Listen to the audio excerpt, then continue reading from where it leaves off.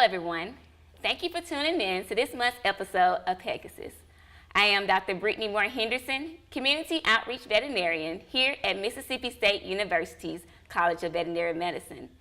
Did you know that our College of Veterinary Medicine has a behaviorist? Well, joining me today is Dr. Christine Calder, Assistant Clinical Professor here at the College of Veterinary Medicine. Thank you for joining me today, Dr. Calder. Thank you for having me, Dr. Henderson. So, first off, Dr. Calder, you are an alumna of the college. What really brought you back here to the College of Veterinary Medicine? Well, I was an alumnus. I actually am from New Jersey, and I came down here and went in undergrad. I did my undergrad here in animal and dairy science, and then stayed through veterinary school. I was an early entry student. Met my husband here, and we after I graduated, went home into private practice and then came back here. What brought us back here was family and wanting to return to academia. So wanting to be a part of Mississippi State and being a part of the veterinary school community.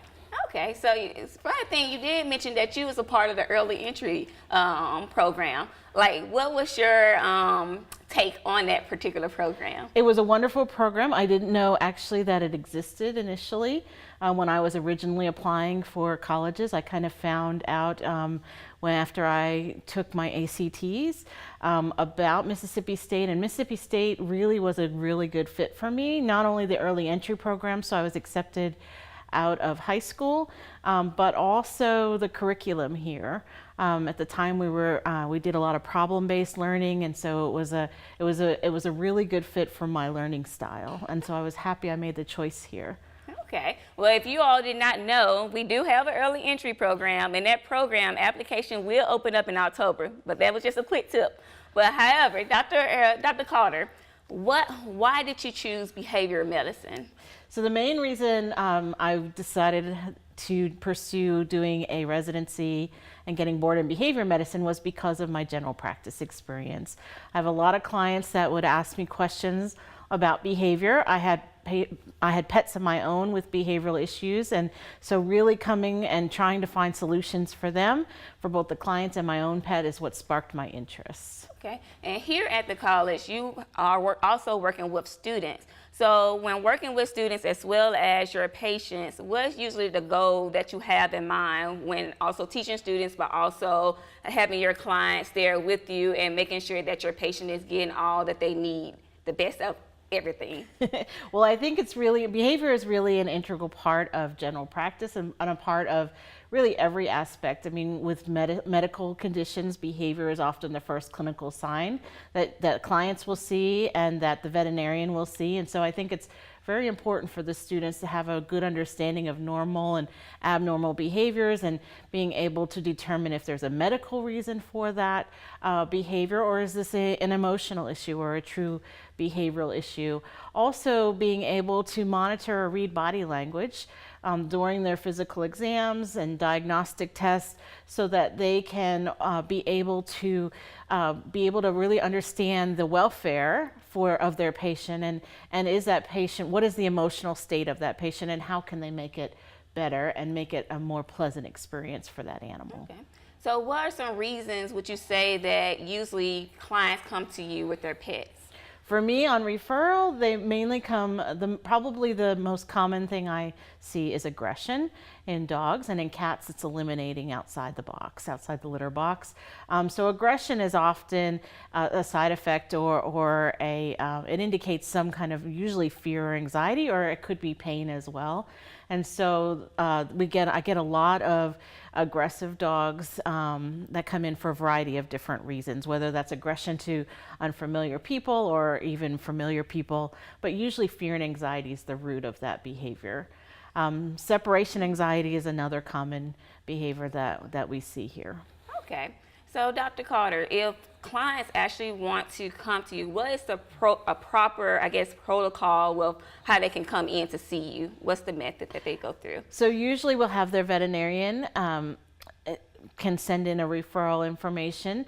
The first step really is to see their veterinarian and have a good physical exam and some diagnostics, some blood work, maybe radiographs or ultrasound if warranted, but the majority of them having a good physical exam to rule out any medical causes for that particular behavior, especially if it's something new. But then they can call up to our animal health center, and the receptionist there can set up an appointment for them. And there will be a history form for them to fill out, and they can walk them through that whole procedure. Okay. Well, we're going to take a break, but before we take a break, actually, I want to bring up, it's something that most people don't know about Dr. Calder. It's actually, she is an author of a book called Career Diary of a Veterinarian. Can you tell us a little bit about that, Dr. Calder? So this book was written for mainly towards junior high and high school, and it was about a 30-day, it was what I did over 30 days. I diaried or chronicalized it in a book, and it helps these students to determine if veterinary medicine is what they want to do. Okay, and how can they go about finding this book? Online, Amazon is where they can find go find it. that book. Okay, well, if you're interested, definitely go to Amazon and find this book, because I think it's very interesting. It's pretty cool that Dr. Calder wrote this book. But at this time, we're going to take a break, and we'll be back with more in just a second. It's hard to fathom. By the year 2050, Earth will be home to 3 billion more people than today. And with rising populations and dwindling resources, one of the most pressing questions is a stark one. How will we feed everyone? At Mississippi State University, we're preparing a meal table where there's a seat for all of us. As one of the nation's leading research universities, our scientists are deploying technology to enhance crop production, developing vaccines to protect aquaculture, working to boost water resources here at home and in communities around the globe. And by partnering with the League of International Universities and the United Nations, we're guaranteeing that global food security is a priority for years to come. As our world grows, so do the challenges. But when it comes to how we will feed everyone, rest assured, Mississippi State has all options on the table. Our world is changing. The way we work, the way we connect, the way we see things around us. At Mississippi State University, we're agents of change, creating our own bright futures, solving real problems, turning challenges into possibilities, and lighting the way to a whole new world of emerging markets. Through MSU's new state-of-the-art Center for Entrepreneurship and Outreach, we're collaborating across campus, sharing perspectives and resources of multiple disciplines to power dreams. But we're so much more than dreamers. We've launched hundreds of student-led businesses, earning millions in revenue, and impacting our state's economy in new and creative ways. We're the next generation of business leaders, and we're ready for a changing world. How do we know we're ready? Because we're the ones changing it.